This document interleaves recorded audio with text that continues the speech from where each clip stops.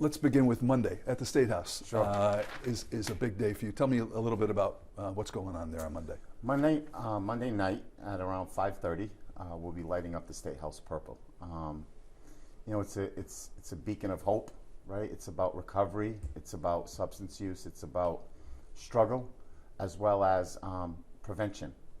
And what a lot of people don't know is the color purple all came from, a little high school in Rhode Island, where this young girl announced to me that she was in recovery, and it wasn't received very well by her classmates. And I walked out of school that day saying, from this day forward, I'm going to make it my mission to really try to impact and prevent our youth from going down that road. So how much does it mean when that thing lights up purple? No, it's everything, right? I mean, come on, I'm a kid from Fall River. I've been through it, 15 years sober. But to see the State House, the governor, the mayor, get behind this and recognize all three organizations, it's truly special.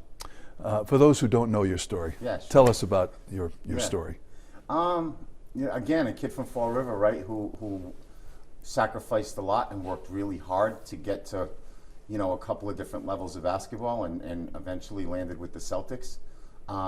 But most of that time I was carrying, an addiction that was untreated and ultimately almost caused me to lose my life and my family. So, I've been sober for 15 years, but eight years on the streets, with heroin. I was going to ask, in your darkest moment, how bad was your addiction? Oh, it's lonely, right? Addiction's lonely. And that's why what we do today with Herren Project and Herren Wellness and Herren Talks is trying to express to people that you don't have to be lonely. Back in 2008, heroin, that wasn't a buzzword. It wasn't in the media. I was alone back then. It's the greatest accomplishment of my life, right? Like, gosh, I scored a lot of points. I wore a lot of uniforms, but nothing matches up to 15 years being the same dad. And that's the greatest gift I've ever been able to give my family. I was going to ask, what happened that flipped the switch and all of a sudden put you on the road to recovery? Someone extended their hand, right? Chris Mullen. Chris Mullen picked up the phone, and his wife Liz, she made the necessary phone calls to open the door to give me an opportunity to walk into recovery. And I went to bed at night back then dreaming of being somebody's Chris Mullen, somebody's Liz Mullen. And, Herren Project, that's where it came from. And to think that, in the last 10 years, we've helped out 4,000 or 5,000 people, and thousands and thousands of kids and families. I was going to say, how important is it for you to try and help people now? It's everything, right? I see it in my kids' eyes, right? Like, I want to give that to families. It's a beautiful thing. Unfortunately, addiction, the narrative around it is it's punishment. We're going to send you away to get help, but you feel that it's punishment. It's opportunity, and it's just changing people's perspective, kind of changing the narrative and letting people understand, like, at your lowest moment, there's hope. Mm-hmm. How many years have you been delivering your message? Gosh, I've been going to schools for probably 13 now, a couple of million kids.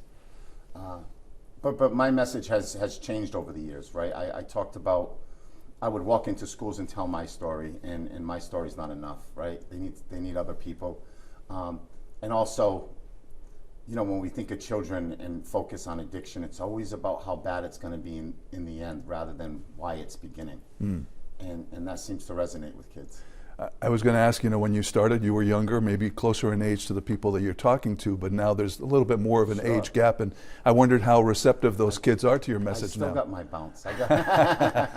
I still got my bounce. No, listen, it's an incredible honor, right? Like, what's more important than having an opportunity to deliver a message to children? And I was at a school in Connecticut yesterday, and I said to Jenny that I've been sober longer than these kids have been, born. So I think the topic of it, I think the relevancy of their life, I think there's emphasis on self-esteem and self-worth and empowering. I think kids gravitate towards that. So you think they're just as receptive as they were when you first started doing this 15 years ago? I do. I do.